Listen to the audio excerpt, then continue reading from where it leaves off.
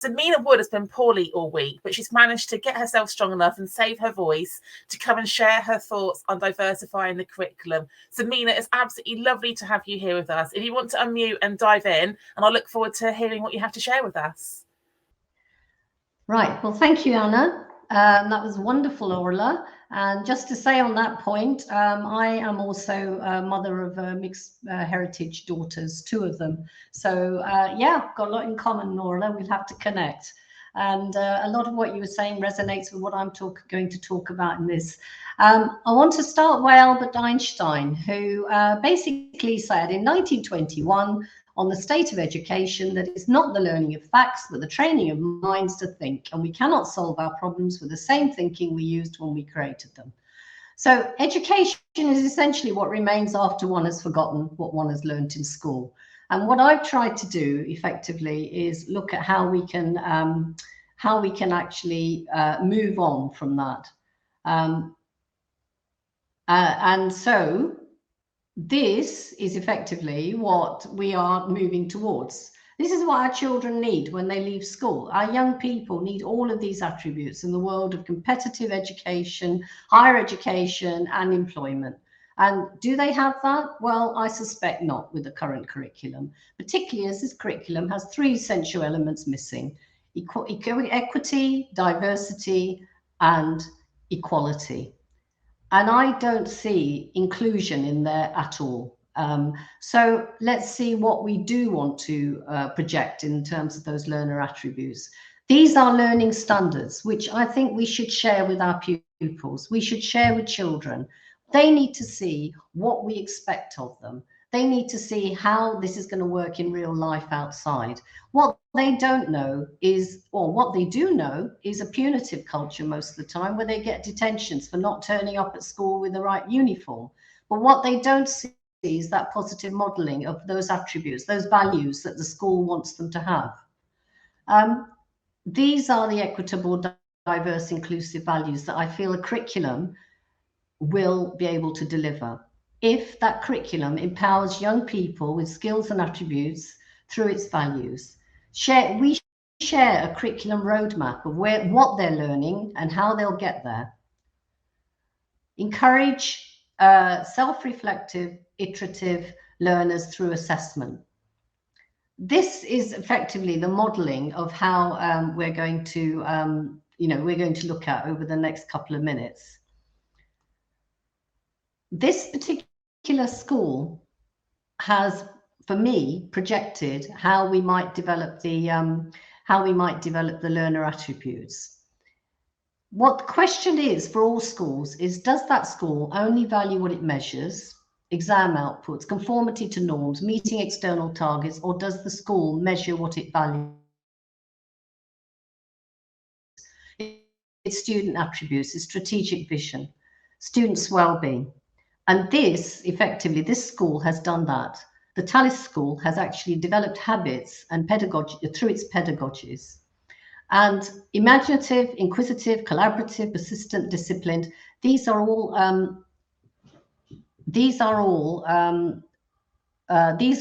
attributes that this school has, which basically for its learners is threaded throughout their curriculum. So in terms of questioning, in terms of their assessment procedures, all of that is in place, and behaviours, of course. Another aspect of moving curriculum forward is through interdisciplinary learning, inquiry-led learning, project-based learning.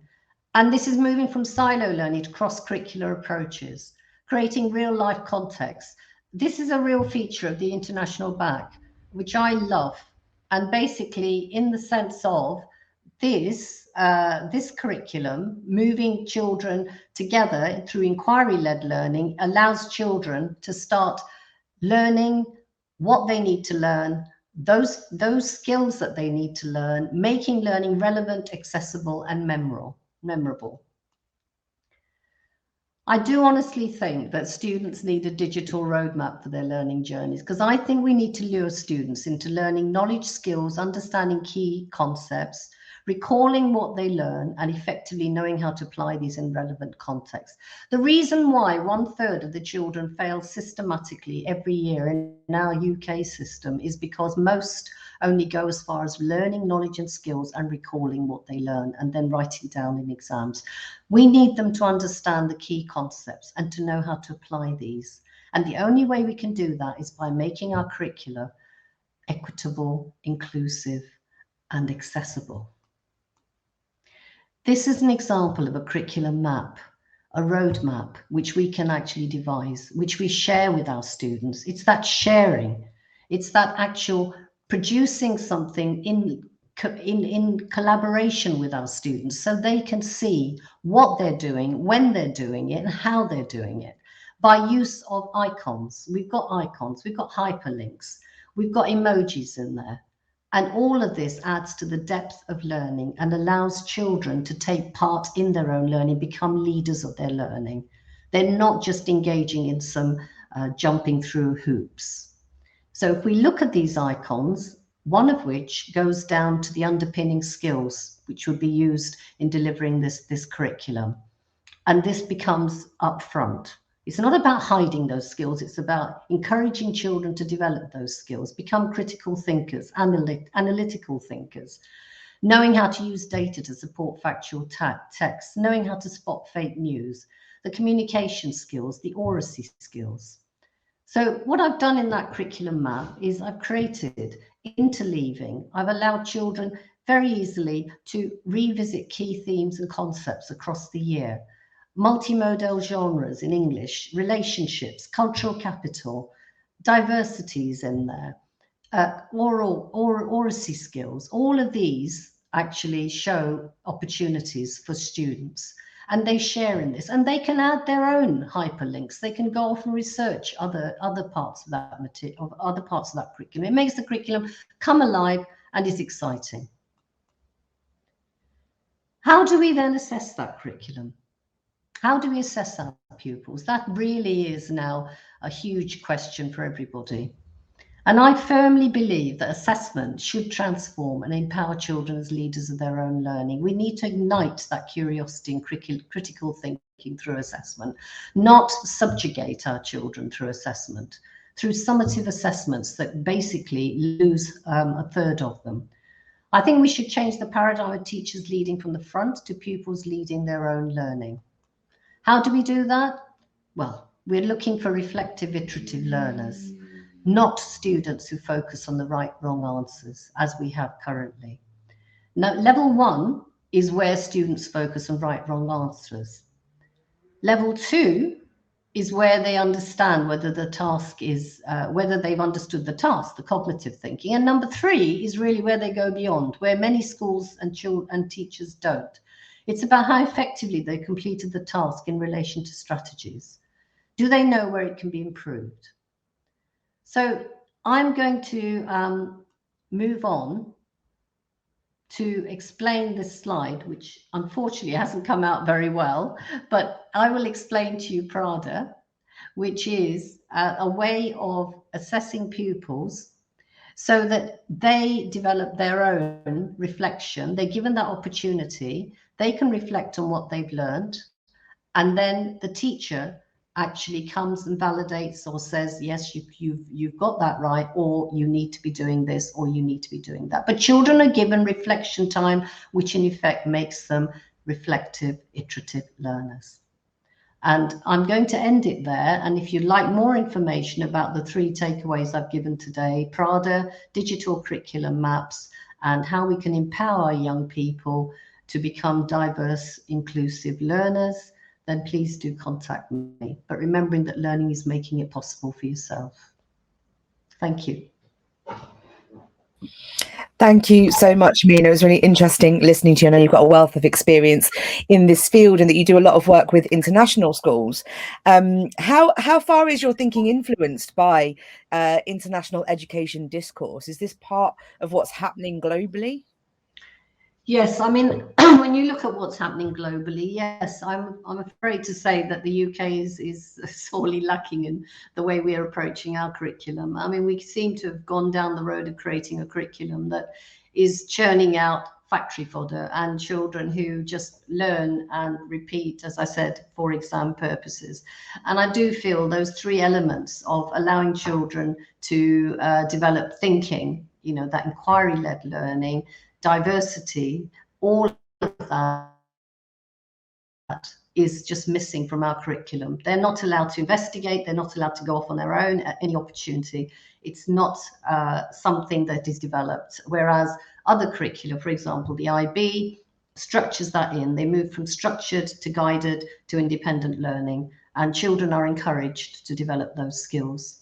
And I think coming on to the point of diversity, when you look at that in other curriculum, because you're looking at societies that are quite diverse themselves, they will borrow from children's backgrounds, from their cultural capital, and incorporate that into schemes of learning. Yeah, it's interesting to get that perspective, because I think obviously when you work in UK schools, it's, you know, you've got this kind of very narrow view of what happens. And certainly, you know, when my sister works in the Canadian education system, and you know, there's a real difference there as well in how children are put through the education system. And going on to this idea of assessment, so I'm fascinated by this, because you know, we talk about assessment and inclusive assessment, and some people would argue that exams are not the best way to assess children, and actually that there is much better judgments made by teachers. Does that lend itself to supporting a diverse, equitable, inclusive environment, or is it the other way around? I think you need to have some summative point where you can help children to know what they've learned, what they haven't learned, where they're at. But I think it always has to be in conjunction with iterative assessment. So you are actually measuring their progress from their starting points. It can't be, and that would become equitable, wouldn't it? Because if you are measuring them against each other, the normative assessment, then how can that be equitable by any stretch of the imagination? Because you are going to get 1/3 failing. Statistically, that's it, you know, it's going to happen. So I think the first thing to say is any assessment system that you put on, you know, which has a summative point, has to be iterative. But I would suggest also, I think you need to have a continuous assessment, because I think that really helps, you know, and that's where that iterative learning comes from that I was mentioning earlier on, where, you know, for example, with the IBAC, where I was looking at schools in Dubai, they have a managed back system, which is a bit like Google Classroom, but it's not specifically for their assignments. And they're constantly given feedback, and they constantly refine what they're doing. And there were some brilliant assignments up there, real life context, you know, like, for example, they had to refurbish their canteen, but they had to do it with a business proposal. They actually had to, you know, cost everything up. They had to do the presentation, etc., etc. Those kinds of contextual elements of assessment are really missing from what we have in the UK, sadly, and they're going to go even further once the BTECs go and we're left with T levels. So at post 16. So I think there is a real issue around, whereas other countries are looking to open up and broaden curricula, Singapore, for example, you know, Finland, as we know, but Singapore certainly has a broader curriculum. The UK seems to be going down the other way and shutting it down, becoming narrower and narrower, which does worry me enormously. And I can just say, Benny, that one of the things I found interesting was I was going to British schools in Dubai as well as international schools, and there was a marked difference. When I was in the British schools, I honestly thought I was back in the UK, and it was all about rote learning, and it was all about, you know, remember this for your exam, these amount of marks you'll get for this at 16. When I was going into the international schools at 16, they were looking at all their assignments and showing me and talking to me about them quite articulately. So there was a mark. I'm not saying it's all perfect, but there's a marked difference, I think. Yeah, it's the comparative comparing international systems is, I know that some work has been done by UK thinkers, and you know, there's so many kind of shifts in the viewpoints on all of this. There are some people who would sit here and say, actually, we had more of that in sort of the 90s and kind of early 2000s, and then it has shifted kind of almost like a pendulum effect to to kind of create these systems. I would love to carry on discussing this with you, Meena, because it's fascinating, but we do have to pause because it is our break time. So thank you so much for sharing your thoughts with us.